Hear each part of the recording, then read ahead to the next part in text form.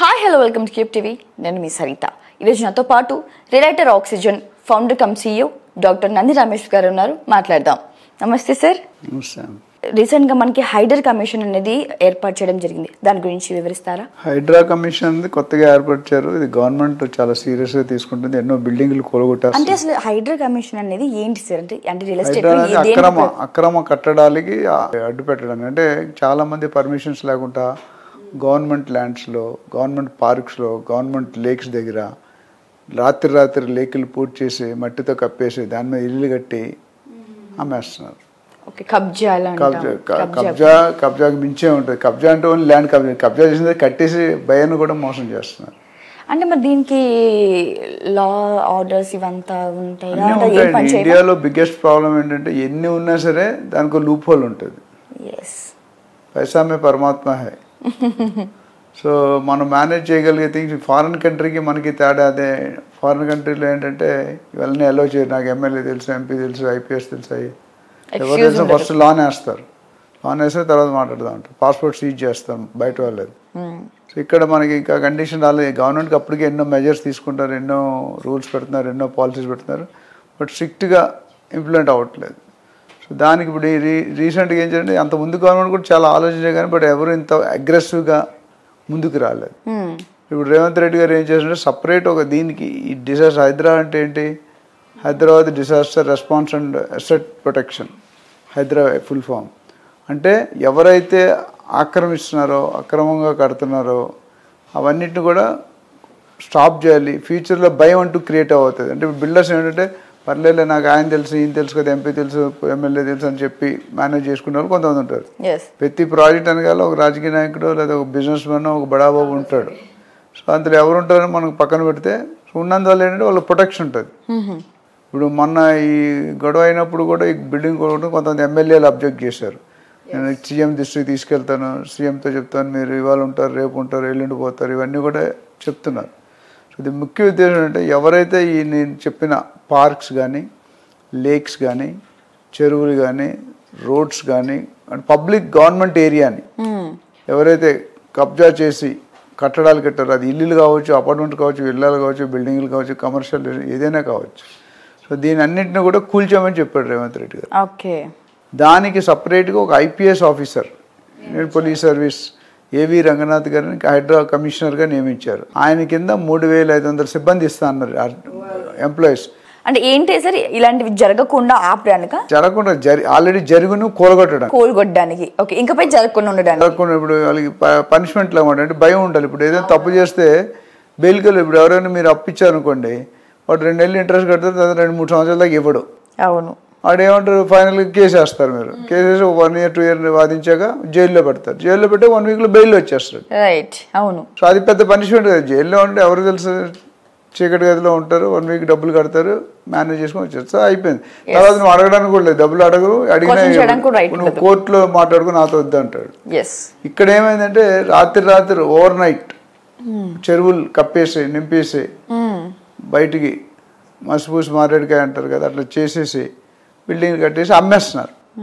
దానివల్ల ఇప్పుడు చెరువుల దగ్గర ఎందుకు కట్టొద్దు అంటారని మనం తెలుసుకోవాలి. చెరువులు కానీ, FTL కానీ, కన్జర్వేషన్ జోన్ కానీ, బయో కన్జర్వేషన్ కానీ, బఫర్ జోన్, ఇట్లా 111 జీవో కానీ, ఇవన్నీ రకరకాలు అంటే మన తాగునీటిని ప్రొటెక్ట్ చేయడానికి.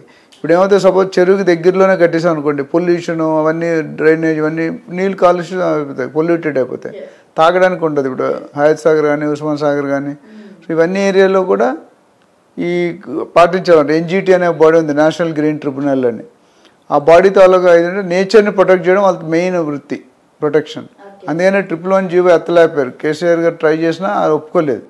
NGT అనే బాడీ సెంట్రల్ లెవెల్ బాడీ, అది ఒక పవర్ఫుల్ బాడీ. CISF అని సెంట్రల్ ఇండస్ట్రియల్ సెక్యూరిటీ ఫోర్స్. వాళ్ళు ఎవరికి భయపడరు, పోలీసులకి భయపడరు, IAS ఫస్ట్ కస్టమ్స్లో వెళ్తున్నాను అనుకోండి, ఏదైనా ఇల్లీగల్ ఐటమ్ పట్టుకెళ్తున్నాను అనుకోండి, ఫస్ట్ ఆపేస్తాడు, లోన్ కూర్చోబెడతాడు, తర్వాత సంగతి చూద్దామని. నాకు ఎమ్మెల్యే అవన్నీ మాకు సంబంధం, వాడు ఎవరు భయపడ్డారు, స్టేట్ గవర్నమెంట్ భయపడరు. సో అట్లా ఏంటంటే హైడ్రా అనేది చాలా పవర్ఫుల్ బాడీ. 3500 మందిని డిపార్ట్మెంట్గా ఎస్టాబ్లిష్ చేసి సపరేట్ పోలీస్ స్టేషన్ దీనికి. దాంట్లో Group 1 officers, circle inspectors, sub inspectors, constables, home guards already 259 మందిని ఎలికేట్ చేశారు, రంగంలో ఉన్నారు. పొద్దురు 6 గంటలకు వెళ్ళి కూలగొడుతున్నారు బిల్డింగ్స్ ఏవైతే అక్రమంగా ప్రూఫ్స్ దొరికాయో. ఎవరు చెప్పినా ఆగట్లేదు. ఎమ్మెల్యేలు చెప్పిన రూలింగ్ గవర్నమెంట్ ఎమ్మెల్యేలు చెప్పినా ఆగట్లేదు. మీరు ఏదైనా మాట్లాడుకుంటే ఎవరితో మాకు సంబంధం లేదు, మీరు ఇది అక్రమంగా కట్టారు, మీకు పర్మిషన్ లేదు, ఇది గవర్నమెంట్ ఏరియా. చెరువులకి ఎప్పుడు కూడా ఎఫ్టీఎల్ కానీ ఫుల్ ట్యాంక్ లెవెల్ అంటారు, 111 జీవో కానీ కన్జర్వేషన్ కానీ బయో కన్జర్వేషన్ కానీ వీళ్ళన్నిటి ఈ జాగాలు ఏవైతే డిక్లేర్ ఆల్రెడీ ఉన్నాయి మన మ్యాప్లో, దానికి 10 కిలోమీటర్ దూరంగా ఏం కట్టకూడదు సర్కిల్. ఓకే, అంటే ఆ డిస్టెన్స్ లో ఏ కూడా ఇప్పుడు ఇక్కడ లేక్ ఉంది అనుకోండి, లేక్ కి 10 కిలోమీటర్ల దూరం చుట్టూ ఏం కట్టకూడదు. ఎందుకంటే 10 కిలోమీటర్ అంటే చాలా ఎక్కువ దూరం. అప్పుడు ఆ నీళ్ళు ఒకళ్ళు ఇక్కడ 10 కిలోమీటర్ తర్వాత కట్టినా పొల్యూషన్ అవ్వడం కష్టం, అంత ట్రావెల్ చేయాలి కదా. సో అక్రమ లేఅవుట్లు కూడా ఉన్నాయి కొన్ని కప్పేసి, పబ్లిక్ తెలియదు కదా, బయర్స్ మోసపోతారు. ఏదో తక్కువ వస్తుంది, చీప్గా వస్తుంది, లేదా ఫ్రీ లాంచ్ అని, ఇవన్నీ మనం చాలాసార్లు మాట్లాడుకున్నాం. ఇవన్నీ లేకుండా వాళ్ళు ఏం చేశారంటే కమిషనర్ చాలా పవర్ఫుల్గా ముందే చెప్పి పంపించారు. వాళ్ళకి మొత్తం అస్త్రాలు రాంబాణాలు అన్ని ఇచ్చి ఎవరు వచ్చా నీకు సంబంధం లేదు, let them talk to me అని సీఎం గారు చెప్పి ఉండొచ్చు. క్యాబినెట్లో మీటింగ్ డిస్కషన్ అయింది ఇది. సో దీనికి హెవీ బడ్జెట్ కూడా శాంక్షన్ చేశారు. 3,500 అంటే మొత్తం తెలంగాణలో అక్రమ కట్టడాలన్నీ ఇప్పుడు ఆల్రెడీ 50-100 నోటీసులోకి వచ్చేసి ఆల్రెడీ కూలగొడుతున్నారు. పెద్ద పెద్ద ఒక ఆయన మొన్న చూసాను 5.5 కోట్లు పెట్టి ఒక బిల్డింగ్ కట్టాడు, 5-6 ఫ్లోర్లు. అది ఒక సింగిల్ మినిట్లో ఎరగొట్టారు. ఇప్పుడు 5.5 కోట్లు అప్పు తెచ్చి కట్టాడు ఆయన. ఆయన పరిస్థితి ఏంటంటే అది మనం ఏం చేయాలి, ఫస్ట్ కట్టే ముందు ఆలోచించుకోవాలి కదా. అంటే ఏంటి రీజన్ అయి ఉండొచ్చు sir? Illegal construction. Illegal construction అంటే అనుమతి లేకుండా కట్టడం, అక్రమ కట్టడాలు. నువ్వు చూసుంటారు మార్కెట్లో కొంతమంది కబ్జా చేస్తారు. నీ ల్యాండ్ ఖాళీగా ఉంది అనుకో, ఎప్పుడో వెళ్ళట్లేదు అనుకో, నీకు కబ్జా చేసి కట్టేస్తారు, నువ్వు వస్తే నీకు ఏదో సెటిల్మెంట్ చేస్తారు, లేదా భయపడతారు, లేదా సెటిల్మెంట్ చేస్తారు. అది లాజికల్గా పబ్లిక్ ల్యాండ్ మనం ఎవరు ఆక్యుపేషన్, మీకు నాకు ఎవరికి హక్కు లేదు. గవర్నమెంట్ ల్యాండ్ ఇస్ గవర్నమెంట్, పార్కులు గవర్నమెంట్ అందరికీ చెందుతుంది. ఇప్పుడు అవన్నీ వాడుకుంటారంటే మన పబ్లిక్ డబ్బులు వాళ్ళు తినేసినట్టే కదా. పార్కులు ఎలా మెయింటైన్ చేస్తారు, మనం కంటే ట్యాక్స్లు కానీ ప్రాపర్టీ ట్యాక్స్ కానీ ఇన్కమ్ ట్యాక్స్ ఇవన్నిటితో మెయింటైన్ చేస్తారు ఇన్ఫ్రాస్ట్రక్చర్. అది చాలా కాదు. సో ఈ రంగనాథ్ గారు చాలాసార్లు ఇంటర్వ్యూ కూడా చేస్తారు మన డిఫరెంట్ ఛానల్స్లో. వెరీ సివియర్ యాక్షన్ తీసుకుంటారు. ఇంత సీరియస్గా ఇంత ఉద్రిక్తిగా చేస్తారు, ఇంత అగ్రెసివ్గా చేస్తారు అనుకోలేదు.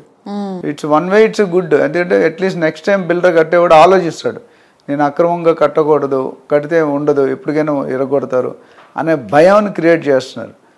ఈ ప్రాసెస్లో కొంతమంది మంచి వాళ్ళు కూడా బయ్యర్స్ కానీ అక్కడ ఉన్నవాళ్ళు కానీ ఇబ్బంది పడతారు. సడన్గా ఇల్లు ఇరగొట్టేస్తే ఇప్పుడు ఏమవుతుంది, వాళ్ళ పరిస్థితి ఏంటి? కొంతమంది మినిస్టర్లు అయితే అడ్డంగా కాంపౌండ్ వాల్స్ కట్టేశారు. ఇప్పుడు ఏమవుతుందంటే ఇవన్నీ కన్స్ట్రక్షన్ వాళ్ళు కడితే ఆ నీళ్ళు ఏదైతే రెయిన్ హార్వెస్టింగ్ కానీ డ్రైనేజ్ వాటర్ కానీ అడ్డు ఆపులు అవుతే డైరెక్ట్గా వెళ్ళిపోతుంది. ఇప్పుడు దగ్గరే ఉన్నాం, ఇప్పుడు లేక్ దగ్గరే బిల్డింగ్ ఉందనుకోండి, ఆ బిల్డింగ్లో వచ్చే పొల్యూషన్ డ్రైనేజ్ వాటర్ ఎక్కడికి వెళ్తుంది? చెరువులోకి వెళ్తుంది. చెరువులోకి వెళ్తే అదే వాటర్ మనం తాగాలి కదా, ప్యూరిఫై అవ్వకుండా తాగలేం. 111 జీవోలు అన్నీ కొన్ని వేల ఎకరాలు ఉంది, కొన్ని వేల ఎకరాలు తెలంగాణలో ఈ 111 జీవోలో bio conservation buffer zone FTL జోన్లో ఉన్నాయి. సో అవన్నీ కూడా ఇప్పుడు కాపాడడానికి ఒక సపరేట్ ఇది చాలా మంచి ఇనిషియేటివ్ బై గవర్నమెంట్. బట్ ఎంతవరకు నడుస్తుంది, ఎంతకాలం అలౌ చేస్తారనేది ఇప్పుడు వ్యతిరేకత అనేది ఉంటుంది. ఏదైనా మంచి పని చేస్తే కంపెనీలో ఏదైనా సిస్టమ్ పెట్టామనుకోండి, ఎంప్లాయీస్ ఎగ్నెస్ట్గా ఉంటారు. ఆ సిస్టమ్ అలవాటు పెడితే వాళ్ళు హ్యాపీ ఫీల్ అవుతుంది. గవర్నమెంట్ ఆఫీస్లో ఫస్ట్ పంచింగ్ కార్డు పెడితే తలకాని 11 గంటలు వచ్చి దొరికిపోతాడు, 9:30కి రాకపోతే అని అబ్జెక్ట్ చేయదు. బట్ స్లోగా అలవాటు పడిపోతే ఆ సిస్టమ్ దాని పని చేసుకెళ్ళిపోతుంది.